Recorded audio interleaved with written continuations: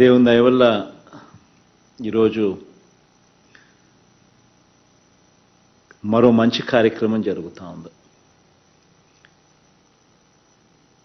కాకినాడ జిల్లాను అంబేద్కర్ కోనసీమ జిల్లాలో ఈ రెండు జిల్లాల్లో 23,458 మంది మత్స్యకార కుటుంబాలకు ఈరోజు మంచి జరిగిస్తూ రాష్ట్ర ప్రభుత్వం చొరవతో ఓఎన్జీసీ కూడా ఒక మంచి మనసుతో మంచి ఉద్దేశంతో వాళ్ళు కూడా కారణాలు సాకులు చూపకుండా వాళ్ళు కూడా ప్రోయాక్టివ్గా కలిసి వచ్చి ఈ మంచి కార్యక్రమంలో వాళ్ళు కూడా భాగస్వాములయ్యారు. 5వ విడతగా ఈరోజు ఈ సాయాన్ని అందిస్తూ ఉన్నాం. ఒక్కొక్క మత్స్యకార కుటుంబానికి కూడా నెలకు 11,500 రూపాయల చొప్పున ప్రతి 6 నెలలకు ఒకసారి ఎక్కడా కూడా డిలే అనేది లేకుండా రాష్ట్ర ప్రభుత్వం ప్రతి అడుగులోనూ కూడా పర్సూ చేస్తూ ఆ కుటుంబాలకు ఎట్టి పరిస్థితిలోనూ నష్టం జరగకూడదు అనే ఉద్దేశంతో అడుగులు ముందుకు వేస్తూ వస్తూ ఉన్నాం. ఇందులో మరీ ముఖ్యంగా మీకు ఒక మంచి ఎమ్మెల్యే కూడా ఉన్నాడు, సతీష్ను కూడా ఈ విషయంలో నిజంగా అప్రిషియేట్ కూడా చేయాలి. ఎందుకనంటే సతీష్ మా మీద కూడా అదే రకమైన ప్రెజర్ కూడా ఖచ్చితంగా క్రమం తప్పకుండా మా మీద కూడా అదే మాదిరిగానే ప్రెజర్ పెడతా వస్తూ ఉన్నాడు. కాబట్టి న్యాచురల్గా సతీష్ పెట్టే ప్రెజర్కు కలెక్టర్లు కూడా అక్కడ ఆటోమేటిక్లీ ప్రోయాక్టివ్గా ఇన్వాల్వ్ అయ్యి వాళ్ళు కూడా అడుగులు వేగంగా ముందుకు వేయిస్తూ ఉన్నాడు. కోర్స్ సతీష్ నాకు బాగా కావలసినాడు కాబట్టి నేను కూడా అధికార యంత్రాంగాన్ని అంతా కూడా అదే దిశగా అడుగులు వేయించాం. ఈ దిశగా అడుగులు వేస్తూ ఈరోజు చేస్తూ ఉన్న మంచి 5వ విడత సహాయం అంటే ప్రతి 6 నెలలకు ఒకసారి ఇలా ఇచ్చుకుంటూ వస్తూ ఒక్కొక్క విడత ఇచ్చుకుంటూ వస్తూ ఈసారి 5వ విడతగా ఆల్మోస్ట్ కంక్లూడ్ అయిపోయింది అనుకుంటా. 5వ విడతగా 161,86,00,000 అంటే 162 కోట్లు ఈరోజు ఈ 23,458 మంది మత్స్యకార కుటుంబాలకు మంచి జరిగిస్తూ డిపాజిట్ ఈ కార్యక్రమం అయిపోయిన వెంటనే నేరుగా వారి ఖాతాల్లోకి ఈ డబ్బు జమ అయ్యేట్టుగా బటన్ నొక్కబోతా ఉన్నాం. ఇన్ఫ్యాక్ట్ ఇప్పటి వరకు 647 కోట్ల రూపాయలు ఈ 5 విడతల్లో కలిపి ఇచ్చినట్టు అవుతా ఉంది. ఈ కుటుంబాలకు అందరికీ కూడా అంబేద్కర్ కోనసీమ జిల్లాలో 16,408 కుటుంబాలు, కాకినాడ జిల్లాలో మరో 7,050 కుటుంబాలు, వీళ్ళందరికీ కూడా ఉపాధి కోల్పోయిన వీళ్ళందరికీ కూడా మంచి జరిగిస్తూ ఈ కార్యక్రమం వేగంగా అడుగులు ముందుకు పడతా ఉంది. మనం అధికారంలోకి రాక మునుపు ఇదే రకమైన సిచ్యువేషను జిఎస్పిసి వాళ్ళు అప్పట్లో క్రియేట్ చేశారు. 2012కి సంబంధించిన పరిస్థితిలో ఒక 78 కోట్ల రూపాయలు వాళ్ళకు రావాల్సిందే, ఇదే రకంగా నష్టపరిహారం వాళ్ళకు రావాల్సిందే. 16,554 కుటుంబాలకు రావాల్సినది రాని పరిస్థితిలో ఉన్నప్పుడు గత ప్రభుత్వం చంద్రబాబు నాయుడు గారి ప్రభుత్వంలో ఇదే రకమైన పరిస్థితి ఉన్నా కూడా కనీసం పట్టించుకునే పరిస్థితి లేదు, అడిగే పరిస్థితి లేదు, ఇచ్చే పరిస్థితి కూడా లేని పరిస్థితి.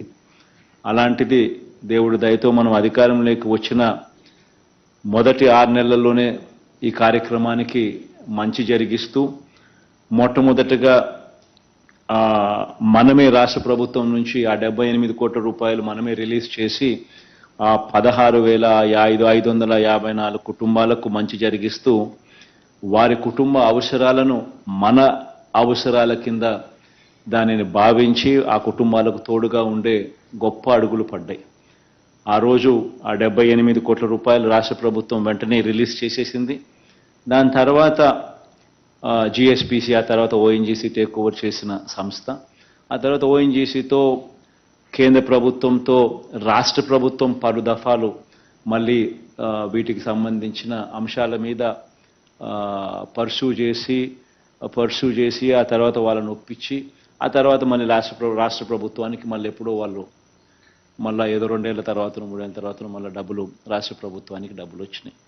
కానీ ఈ లోపల మంచి జరిగించాల్సిన కార్యక్రమం ఎక్కడా కూడా డిలే జరగకోకుండా మత్స్యకారులకు ఖచ్చితంగా ఏదైనా కూడా ఇటువంటి ఓఎన్జీసీ విషయంలో కానీ ఇటువంటి ఏ విషయంలో కూడా అడుగులు వేసి వాళ్ళ మత్స్యకారులకు తోడుగా ఉండే కార్యక్రమంలో సమస్య మాది, మేము రాష్ట్ర ప్రభుత్వం మీకు అన్ని రకాలుగా తోడుగా ఉంటుంది, మత్స్యకారులకు ఏ సమస్య వచ్చినా కూడా అండగా ఉంటుందన్న భరోసా కల్పించే విధంగా అడుగులు ఆ రోజు నుంచి పడ్డం మొదలుపెట్టి ఇన్ఫ్యాక్ట్ ఆ రకంగా ఎప్పుడూ కూడా చరిత్రలో ఎప్పుడూ కూడా జరగని విధంగా ఇంత ప్రాంప్ట్గా ఇంత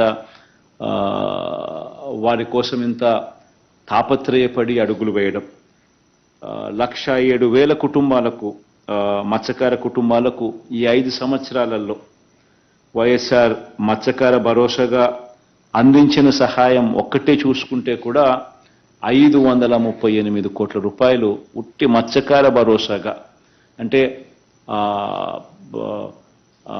ఏప్రిల్ 15 నుంచి జూన్ 15 మధ్య పీరియడ్లో మత్స్యకారులకు అండగా తోడుగా వాళ్ళు సముద్రపు వేటకు పోలేని పరిస్థితిలో ఉన్నప్పుడు వారికి మత్స్యకార భరోసా కింద తోడుగా ఉండే అడుగులు పడ్డాం. ఈ ఒక్క కార్యక్రమం ద్వారానే 538 కోట్ల రూపాయలు మనం సహాయం చేస్తే ఏకంగా 1,07,000 కుటుంబాలకు మంచి జరిగిస్తూ గత ప్రభుత్వం అంటే మనం రాకమునుపు ఉన్న 5 సంవత్సరాల కాలంలో గత ప్రభుత్వంలో చంద్రబాబు నాయుడు గారి ప్రభుత్వంలో ఒకసారి గమనించినట్లయితే కేవలం ఆ 5 సంవత్సరాలు కలిపి మత్స్యకార సోదరులకు వీళ్ళిచ్చిన సహాయం ఎంత అని చెప్పి చూస్తే కేవలం 104 కోట్లు. కేవలం 104 కోట్లు ఇచ్చిన అప్పటి పరిస్థితి మనమేమో ఏకంగా 1,07,000 కుటుంబాలకు ప్రతి ఒక్కరిని కూడా దీంట్లోకి తీసుకొని వస్తూ ట్రాన్స్పరెంట్గా పారదర్శకంగా ఏ ఒక్కరూ కూడా మిగిలిపోకూడదు అనే ఉద్దేశంతో అందరినీ కూడా దీన్ని తీసుకొస్తూ 4,000 రూపాయలు ఇస్తా ఉన్న కార్యక్రమాన్ని మనం 10,000 రూపాయలకు పెంచి 10,000 కూడా దేశ చరిత్రలో ఎక్కడ ఏ రాష్ట్రంలో కూడా ఇవ్వని అమౌంట్ ఒక్క మన రాష్ట్రంలో మాత్రమే జరుగుతూ ఉన్న ఈ స్థాయి సహాయం దాన్ని ఏకంగా 10,000 రూపాయల దాకా కూడా దాన్ని పెంచి మత్స్యకారులకు తోడుగా ఉండే కార్యక్రమం చేస్తూ ఉన్నాం. గతంలో డీజిల్ సబ్సిడీ విషయానికి వస్తే కూడా కేవలం 6 రూపాయలు మాత్రమే సబ్సిడీ ఇస్తా ఉన్న అప్పటి పరిస్థితి నుంచి మనం అధికారంలోకి వచ్చిన వెంటనే దాన్ని ఏకంగా 9 రూపాయలకు దాన్ని పెంచి 6 రూపాయల నుంచి ఏకంగా 9 రూపాయలకు పెంచడమే కాకుండా అది ఎప్పుడు వస్తుందో ఇస్తారో లేదో అన్న గత పరిస్థితి నుంచి ఆ డీజిల్ పోయించుకునేటప్పుడే సెలెక్టివ్లీ బంక్స్ ఏర్పాటు చేసి ప్రతి మత్స్యకారుడికి కూడా ఒక ఐడి కార్డు ఇచ్చి ఆ ఐడి కార్డ్ రిజిస్ట్రేషన్ ద్వారా వెంటనే నోట్ చేసుకుని డీజిల్ కొట్టేటప్పుడే ఆ 9 రూపాయల సబ్సిడీ తగ్గించి డీజిల్ కొట్టించే కార్యక్రమం చేశాం.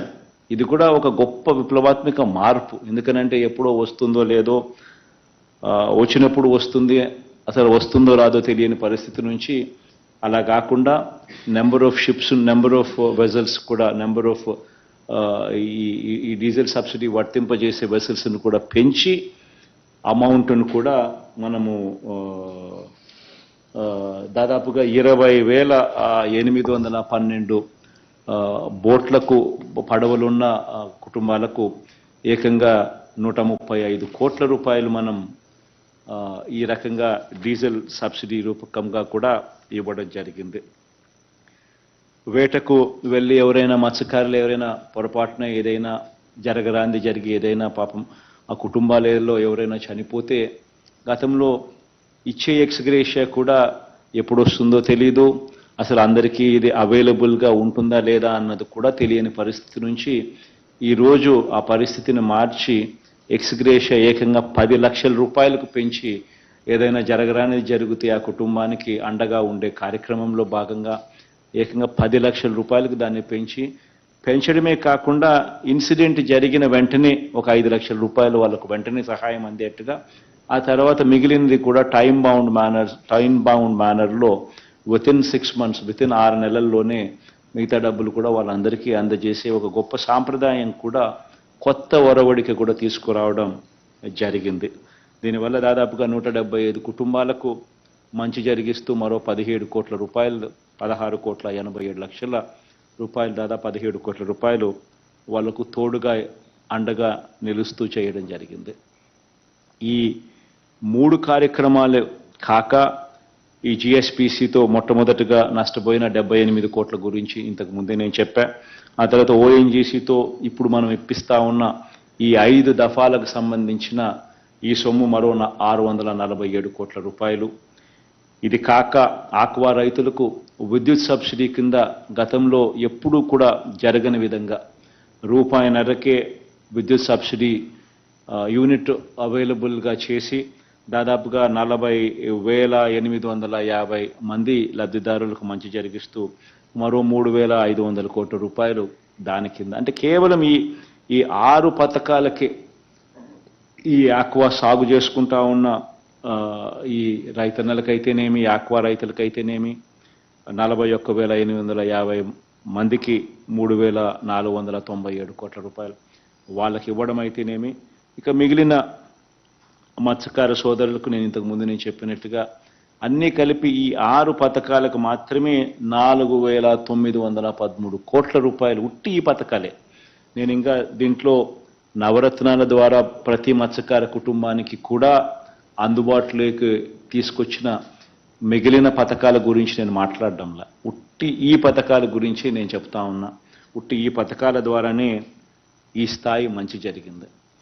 ఇదొక్కటే కాకుండా వీళ్ళు అందరూ కూడా తమ కాళ్ళ మీద తాము నిలబడే పరిస్థితి రావాలి. వీళ్ళందరికీ జీవనోపాధి కోసం ఎక్కడికెక్కడికో ఉపాధి కోసం పోవాల్సిన పని లేకుండా మన రాష్ట్రంలోనే ఖచ్చితంగా వీళ్ళందరికీ ప్రతి 50 కిలోమీటర్లకు ఒక సీపోర్ట్ కానీ, లేదా ఒక ఫిషింగ్ హార్బర్ కానీ, ఫిష్ ల్యాండింగ్ సెంటర్ కానీ, ఇవన్నీ కూడా అవైలబిలిటీలోకి తీసుకొచ్చే కార్యక్రమంలో వేగంగా అడుగులు పడ్డాయి. మనం వచ్చిన తర్వాతనే మొట్టమొదటిసారిగా 10 ఫిషింగ్ హార్బర్లు ఏకంగా నిర్మాణంలోకి తీసుకొని వచ్చే కార్యక్రమం జరుగుతూ ఉంది. 6 ఫిష్ ల్యాండింగ్ సెంటర్లు కూడా వేగంగా నిర్మాణంలోకి తీసుకొచ్చే కార్యక్రమం జరుగుతూ ఉంది. 4 పోర్ట్లు కూడా మనం వచ్చిన తర్వాత కట్టే కార్యక్రమం ఈరోజు వాయువేగంతో, ఆ స్పీడ్తో ఇవన్నీ కూడా పోర్ట్ల నిర్మాణం కూడా జరుగుతూ ఉంది.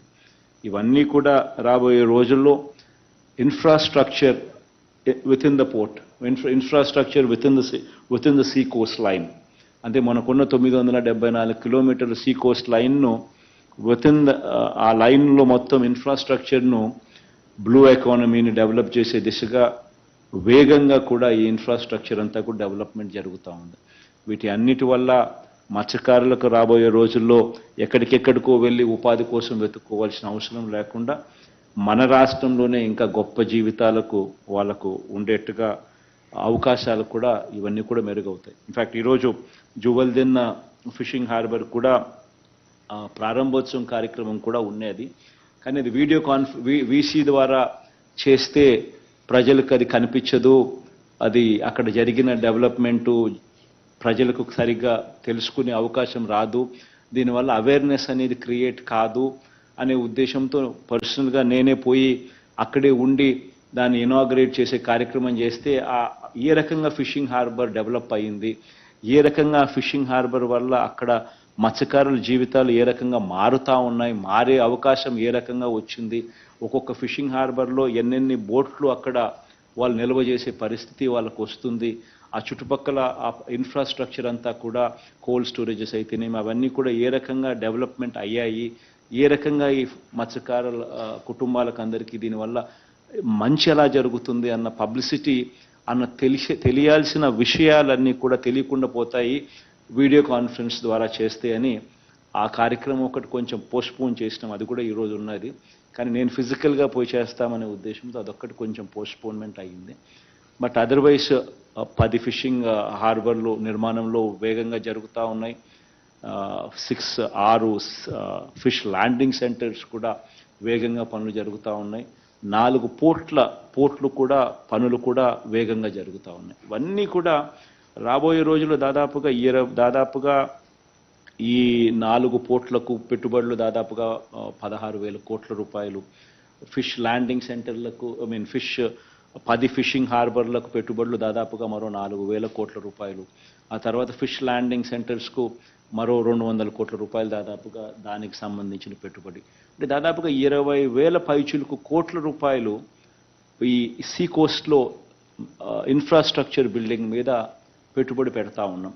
ఇవన్నీ కూడా చాలా వేగంగా పనులు జరుగుతూ ఉన్నాయి. వీటి అన్నిటి వల్ల కూడా అత్యధికంగా కూడా మంచి జరిగేది, బాగుపడేది ఖచ్చితంగా ఎవరు అని అంటే మరీ ముఖ్యంగా ఫిషర్మెన్ కమ్యూనిటీ ఎక్కువగా బాగుపడే అవకాశాలు దీనివల్ల ఎక్కువగా ఉంటాయి. ఎందుకనంటే అదంతా కూడా సీ కోస్ట్ డెవలప్మెంట్లో భాగంగా జరుగుతూ ఉన్నాయి. కాబట్టి వీటి అన్నిటి వల్ల మంచి జరగాలని చెప్పి మనసారా కూడా ఆశిస్తూ, దేవుడి దయ వల్ల ఇంకా మంచి చేసే అవకాశం కూడా ఇంకా రావాలి అని దేవుణ్ణి కూడా కోరుకుంటూ ఇక ఈ కార్యక్రమాన్ని ముందుకు అడుగులు వేయిస్తూ ఈ కార్యక్రమానికి బటన్ నొక్కే కార్యక్రమం చేస్తాం.